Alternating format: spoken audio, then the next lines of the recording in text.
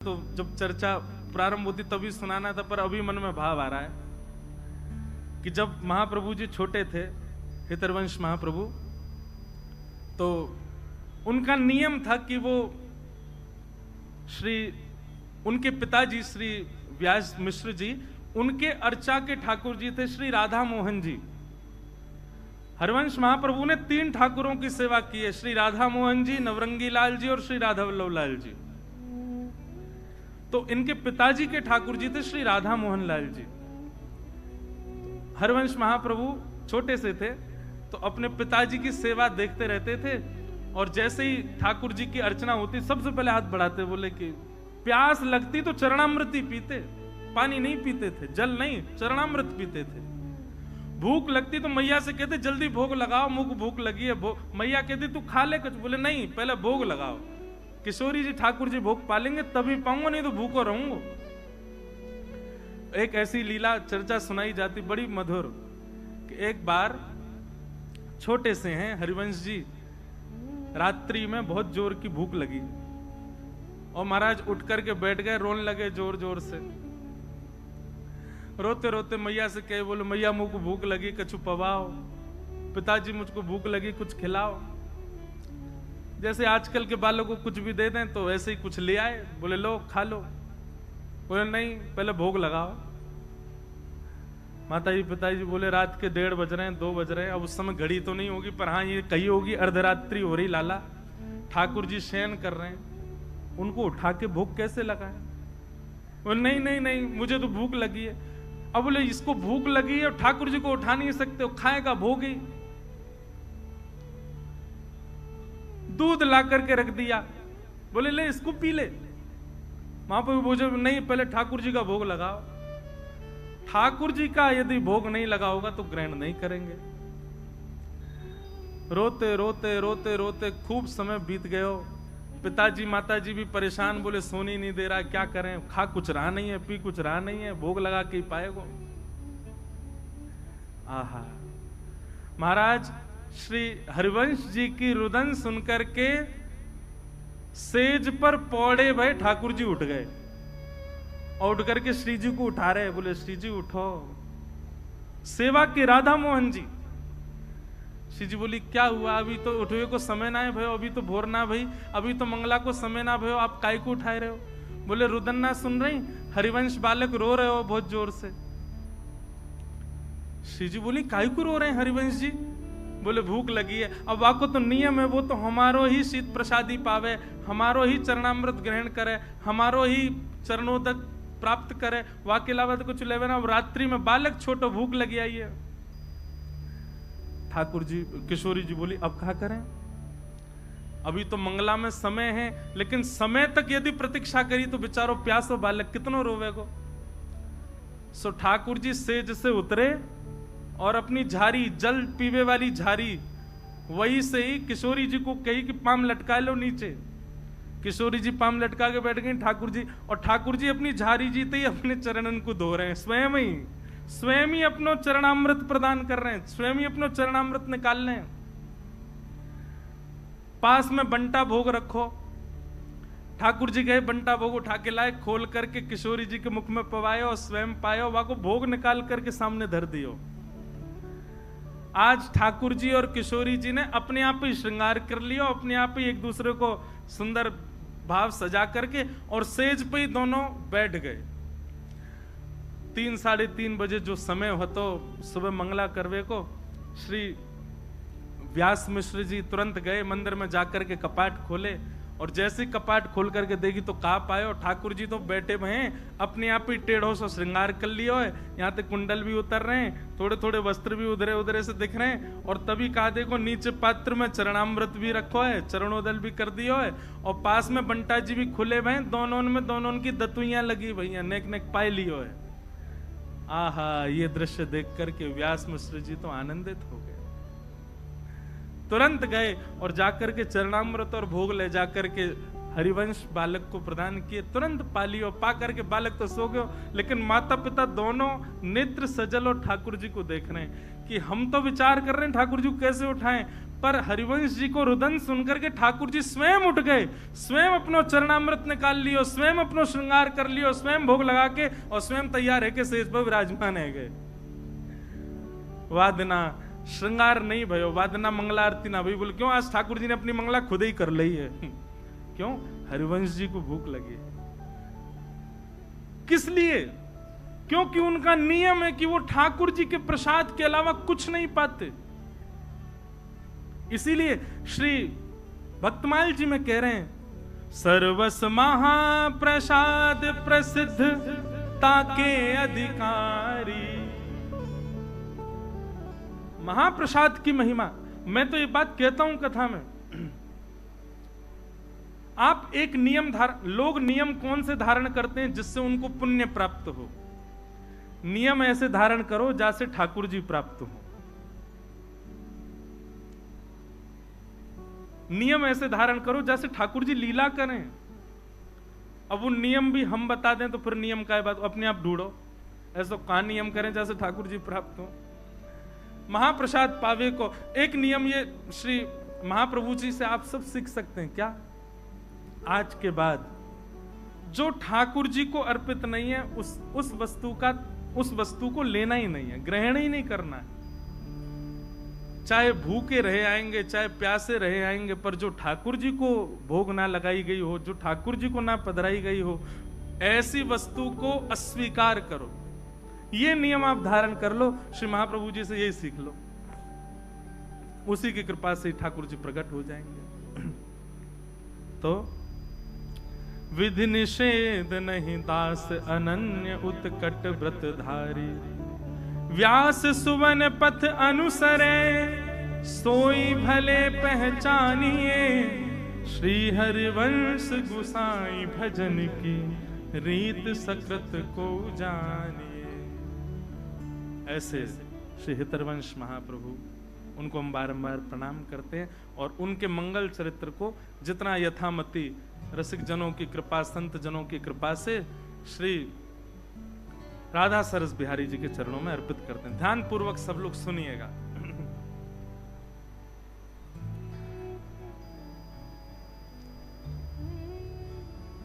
हरिद्वार की ओर जब आप दिल्ली से जाएंगे तो बीच में रुड़की पड़ता है। उससे पूर्व में ही अगर आप एक देहरादून का मार्ग अपनाएंगे तो उसी मार्ग में बीच में एक स्थान पड़ेगा जिसका नाम है देवबंद। क्या नाम है? देवबंद। अब इसका पूर्व नाम तो देवबन ही रहा होगा। बाद में कालांतर में लोगों ने, क्योंकि जहां ऐसे रसिकजन विराजमान रहे वहां देवबंद नहीं रह सकते, वो देवबन ही रहा होगा।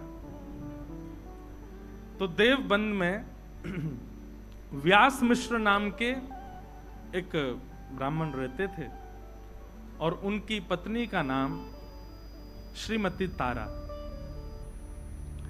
व्यास मिश्र जी जो थे ये बहुत अच्छे ज्योतिषाचार्य थे और ज्योतिष का ऐसा प्रभाव इन्होंने सब पर डाल रखा था कि महाराज खूब भीड़ लगी रहती थी लोगों की पुछवाने के लिए।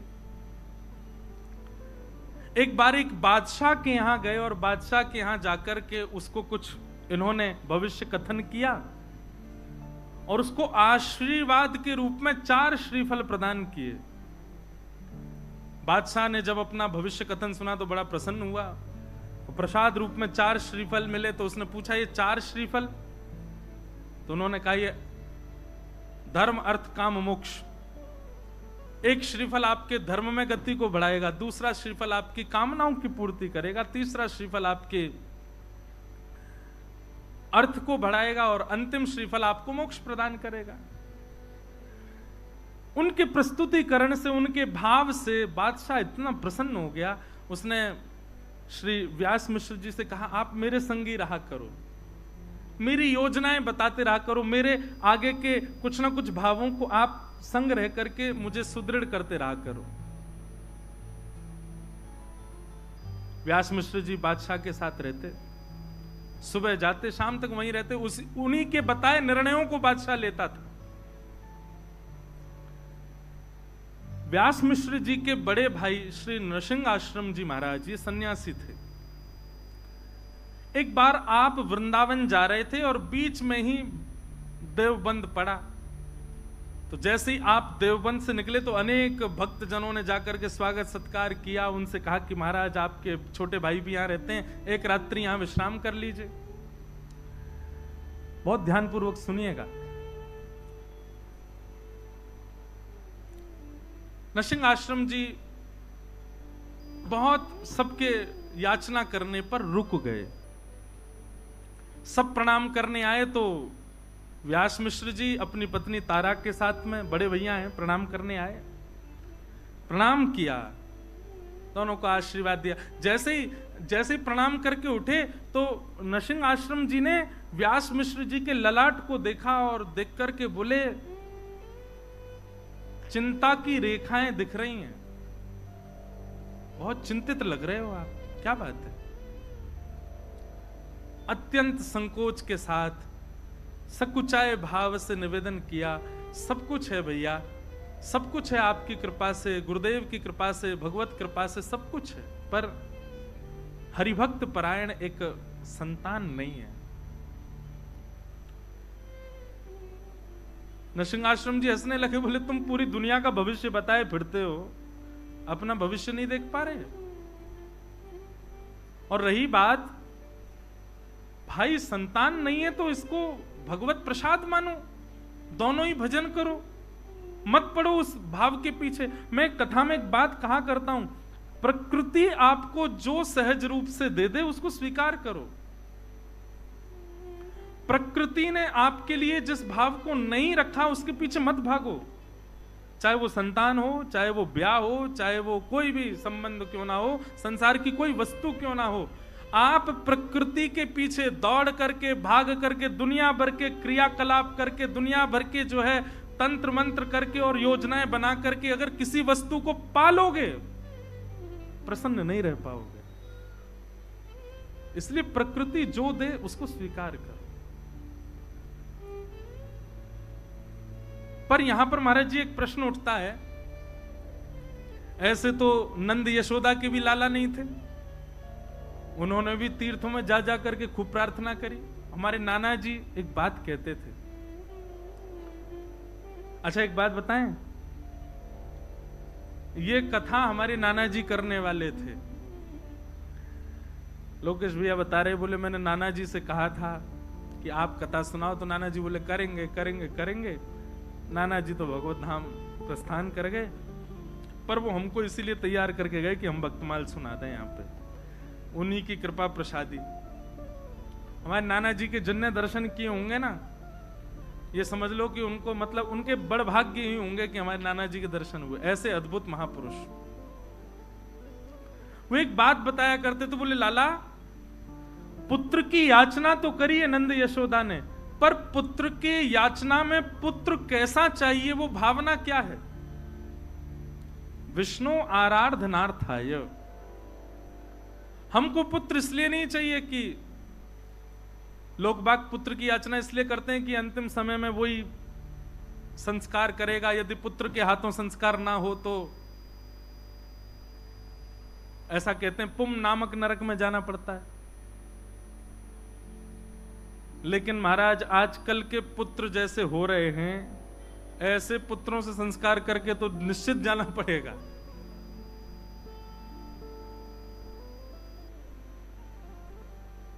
कुछ मलुक पीठ वाले महाराज जी एक चरित्र सुनाते हैं एक भक्त का। वो कुंज बिहारी लाल जी को ही अपना पुत्र मानते थे और कहते थे मेरा कुंजो बेटा, कुंजो बेटा, कुंजो बेटा कह करके। अब देखो बात तो कोई भी कह लेगा, मेरे ठाकुर जी, मेरे लाल जी, मेरे सखा हैं, मेरे पुत्र हैं, पर मानते कितना हो? कहने की बात है कि भाई प्रकृति जो दे उसको स्वीकार करो, जो ना दे उसके लिए ज्यादा प्रयास मत करो। लेकिन फिर भी प्रयास करना है तो याद रहे ठाकुर जी को वचन देना कि नाथ मुझे ये वस्तु दे दो, मैं आपको वचन देता हूं आपके चरणों में ही अर्पित रहेगी, तो वो वस्तु मिल जाएगी। और वही भाव रखा। नृसिंह देव जी के चरणों में सबने प्रणाम करते हुए कहा व्यास मिश्र जी ने कि हमें एक पुत्र की प्राप्ति हो, भगवत परायण पुत्र हो, भक्ति परायण पुत्र हो। तो नृसिंह आश्रम जी बोले कि तुम सबका भविष्य देखते हो, अपना भविष्य नहीं देख पाए, और मुझे तो दिख रहा है कि तुम्हारे संतान का योग नहीं है। अब तक तो व्यास मिश्र जी बोल रहे थे, लेकिन तारा मां ने थोड़ी सी प्रार्थना करते हुए हाथ जोड़ के कहा, बोले भगवान, यदि सब विधि का विधान है, सब पूर्व से ही नियोजित है, तो फिर आप जैसे संतों के पीछे इतनी भीड़ क्यों लगी रहती है? आप जैसे संतों को इतना लोग प्रणाम क्यों करते हैं? आप जैसे भक्त, आप जैसे संत, इनकी महिमा क्यों है? जब सब विधि से ही होना है तो फिर संतों को, भक्तों को, वैष्णवों को प्रणाम करना बंद कर देना चाहिए। तो हम तो प्रणाम इसीलिए करते हैं सब सुखद हो जीवन में। और जब सब विधि पर ही आश्रित है तो फिर भक्त, वैष्णव, संतों के चरण रज की क्या महिमा रह गई? तारा जी की ये बात नृसिंह आश्रम जी के चित्त को लगी। बहुत सावधानी, सब लोग इधर देखो, पीछे वाले भी, सब लोग भाव से कथा सुनो। तारा जी की ये बात नृसिंह आश्रम जी को चित्त में लगी कि भाई, प्रश्न भगवान पर उठे तो कोई बात नहीं, पर भक्ति पर उठ गया है, भक्त पर उठ गया है। एकांत में बैठ करके नृसिंह आश्रम जी ने चिंतन किया, ठाकुर जी से प्रार्थना करी, भगवान आप पर प्रश्न नहीं उठाए, वैष्णवों पर प्रश्न उठाए, भक्तों पर प्रश्न उठाए, भक्ति पर प्रश्न उठाए, कुछ कृपा करो।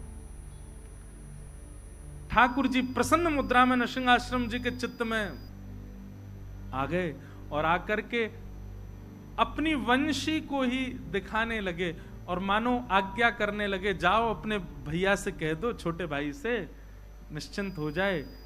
मेरी अधरामृत का निरंतर रसपान करने वाली, अत्यंत रस से सराबोर, और पूरी दुनिया तो केवल और केवल मेरा प्रसाद पाती है, पर मेरा स्वच्छंद अधरामृत जिसने जीवन भर पाया, ऐसी वंशी ही उनके कुल में पुत्र बन करके आएगी। लेकिन याद रहे, वो भक्त परायण, भक्ति परायण और भक्ति की धारा प्रवाह करने वाला बालक होगा।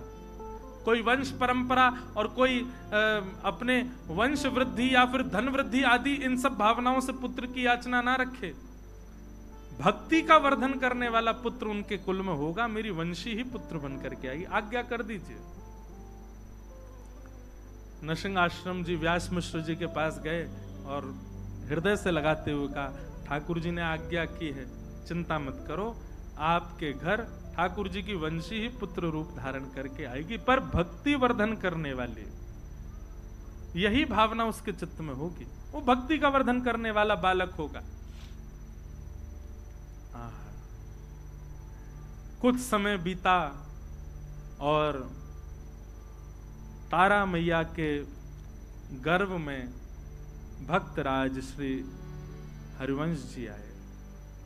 महाराज जी, इतना सुंदर वर्णन है चरित्र में कि जैसे वो कहते हैं, जा दिन से हरि गर्भ ही आए। हमने कौशल्या मैया के बारे में सुना है, हमने देवकी मैया के बारे में सुना, जब से ठाकुर जी गर्भ में आए तब से मैया को अच्छा अच्छा अनुभव होने लगा, सुंदर सुंदर भाव होने लगा। पर यहां पर कितना सुंदर भाव बताया कि जब से श्री हरिवंश महाप्रभु तारा मैया के गर्भ में पधारे, तब से तारा मैया को वृंदावन की स्मृति होती है। रात्रि में सोते सोते मानो उठ के बैठ जाती हैं, श्री वृंदावन, श्री वृंदावन, श्री वृंदावन, श्री वृंदावन, श्री वृंदावन। व्यास मिश्र जी उठ के बैठ जाते, देवी क्या हुआ? बोले, कैसी सघन कुंज है ना, कैसी लता द्रुम है ना, कैसी सुंदर कलकल करती यमुना जी बह रही है ना, कैसा सुंदर गिरिराज पर्वत है, मानो ब्रज की स्मृति हो रही है। और फिर नेत्र खुल जाते हैं तो नेत्रों से अश्रुपात होने लग जाता है, रुदन, विरह भाव। व्यास मिश्र जी कह रहे हैं, क्या हुआ देवी? बोले, मुझे नहीं पता क्या हो रहा है, पर पता नहीं क्यों जब भी सोती हूं तो स्वप्न में कुंज दिखाई देते हैं और लता पत्र दिखाई देते हैं, यमुना जी दिखाई देती हैं, वृंदावन वृंदावन वृंदावन वृंदावन की स्मृति होती है।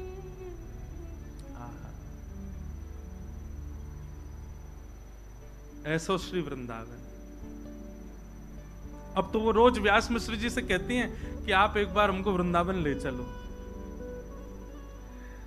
व्यास मिश्र जी बोले ठीक है, मैं राजा से बात करूंगा, अवकाश मिलेगा तो चलेंगे। राजा से जाकर के व्यास मिश्र जी ने कहा कि हमको वृंदावन जाना है, आप अवकाश दे दो। तो राजा ने कहा अरे आप क्यों जाएंगे, हमारा आगरा जाने का कोई योजना बन रही है, तो हम जाएंगे, पूरी व्यवस्था के साथ जाएंगे, तो हमारे संग ही चल देना। अब राजा की बात वो तो कल पे टालते जाएं, कल चलेंगे कल चलेंगे कल चलेंगे करते करते करते महाराज महीनों बीत गए। और श्री राधा वल्लभ लाल की राजा तो रोज कहें कि भैया आप चलेंगे, पर समय बीतता गया। रोज तारा मैया कहती हैं कि हमको वृंदावन ले चलो, मुझे बहुत विरह होता है, बहुत स्मृति होती है वृंदावन की, बहुत याद आती है, एक बार दर्शन करा लाओ वृंदावन का। जब अंतिम माह चल रहा था, बस अब प्रकट होने ही वाला है बालक, उस स्थिति में मां आ चुकी हैं, तब राजा आकर के कहता है व्यास मुझसे, बोले हमारी आगरा की योजना बन गई है, चलो। वृंदावन भी अपनी योजनाएं बना करके सबको बुलाता है, अपने आप कोई नहीं जा सकते। पहले चली जाती अगर तारा मैया, तो फिर महाप्रभु जी का जन्म ब्रज में कैसे होता। 9वां महीना प्रारंभ हुआ और तभी राजा बादशाह ने कहा कि हमारी आगरा जाने की योजना बनी, व्यास मिश्र जी आप तैयारी करो, चलेंगे वृंदावन, आपको छोड़ देंगे, आप दर्शन कर लेना। व्यास मिश्र जी बोले अब तो असंभव है, अब तो बालक आने वाला है। बोले आप चिंता मत करो, रानियों जैसी व्यवस्था करेंगे, पालकी में लेकर के, बिल्कुल कोई दिक्कत नहीं होगी, सखी सहचरियां और सब बढ़िया व्यवस्था करके ले चलें, पलकों पे लेके चलेंगे, आपकी पत्नी को लेके चलो। व्यास मिश्र जी का मन तो थोड़ा कम था, जैसे ही घर जाके तारा जी से कहा कि बादशाह ने आज कहा है आगरा जाने के लिए, वो तो पीछे ही हाथ पकड़े, बोले नहीं फिर तो चलेंगे। बोले तुम्हारी स्थिति, बोले मैं संभाल लूंगी, पर ले मुझे वृंदावन ले चलो। और बादशाह के उस टोली के साथ में व्यास मिश्र जी और तारा मैया आगरा के मार्ग की ओर प्रस्थान करने लगे। तभी बीच में पड़ा श्री वृंदावन। वृंदावन में प्रवेश किया। बंधुओं, ये उस समय का वृंदावन है जब वृंदावन में ठाकुर जी प्रकट रूप से कहीं विद्यमान नहीं थे। केवल और केवल यमुना जी, व्रज की कुंज लता, ब्रजरज, गोवर्धन नाथ जी, केवल यही हैं, और कोई ज्यादा मंदिर आदि कुछ थे नहीं वृंदावन में। भोर के समय गए, वृंदावन में प्रवेश करते ही रोंगटे खड़े होने लगे, नेत्र सजल होने लगे। ये स्थिति व्यास मिश्र जी ने कभी देखी नहीं तारा मैया की। यमुना जी में जाकर, यमुना जी के पुलिन पर जाकर के बैठी, मानो घंटों तक यमुना जी को निहार रही हैं। लता पत्रों को स्पर्श करती हैं तो मानो ऐसा लगता है इनसे कोई संबंध है। अब ये सब भावना मैया की नहीं है, गर्भ में बैठे बालक की है। वो ठाकुर जी के संग में रही वंशी, उसको एक एक भाव पता है, वो सब जानती है, कहां यमुना जी, कैसी ब्रजरज, कौन से वृक्ष, कौन सी लता गुर्म, कौन सी कुंज में कौन सी लीला, वो सब स्मृतियां हो रही हैं। सायकालीन समय हो गया, वृंदावन को प्रणाम करके और पुनः आगरा के मार्ग की ओर जैसे प्रस्थान करने लगे। अब वृंदावन से ज्यों-ज्यों दूर जामे त्यों-त्यों तारा मैया का विरह बढ़े। व्यास मिश्र जी कहें आप ऐसे इतना रुदन मत करो, इससे प्रभाव पड़ेगा बालक पर। बोले नहीं, मुझे बहुत, मेरा मन हो रहा है मैं वहीं रहूं। बोले वहां कहां रहेंगे, वो पूरा वन है, वहां वंचर जीव रहते हैं, हिंसक जीव रहते हैं, कहां रहेंगे हम दोनों। पर उनका रुदन इतना विकल करने वाला था कि उस रुदन को व्यास जी सुन नहीं पा रहे थे। और तभी रुदन करते कि बस वृंदावन ब्रज की सीमा में ही थे, अभी बस निकलने ही वाले थे ब्रज की सीमा से, तभी प्रसव पीड़ा होने लगे। और ऐसी प्रसव पीड़ा हुई कि तुरंत बादशाह को जाकर के व्यास मिश्र जी ने कहा कि महाराज आप आगरा को प्रस्थान करो, हमारी गृहिणी को प्रसव पीड़ा हो रही है, इससे आगे ले जाना उचित नहीं होगा। यहाँ ये गांव जैसा दिखाई दे रहा है, यहाँ कुछ लोग दिख रहे हैं, हम यहीं रुक जाते हैं, क्या पता आगे बन आया और वहां कुछ दिक्कत हुई तो क्या करेंगे। बादशाह ने कहा ठीक है, आप कुछ सेवक भी ले लो और आप यहीं रुक जाओ। और वृंदावन के समीप बाद ग्राम,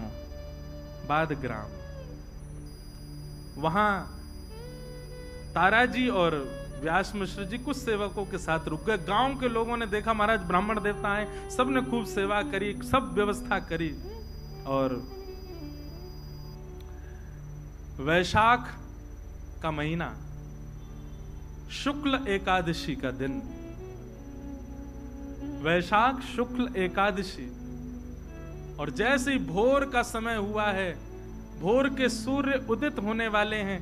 यहां तो पृथ्वी पर सूर्य उदित हुए हैं और वहां तारा मैया की कोख से हमारे ब्रजमंडल के निधि श्री राधा वल्लभ लाल जी को विराजमान करने वाले परम वैष्णव, परम भक्त शिरोमणि श्री हितरवंश महाप्रभु जी का प्रादुर्भाव हुआ। बधाई हो, बधाई हो, बधाई हो, बधाई हो, बधाई हो, बधाई हो।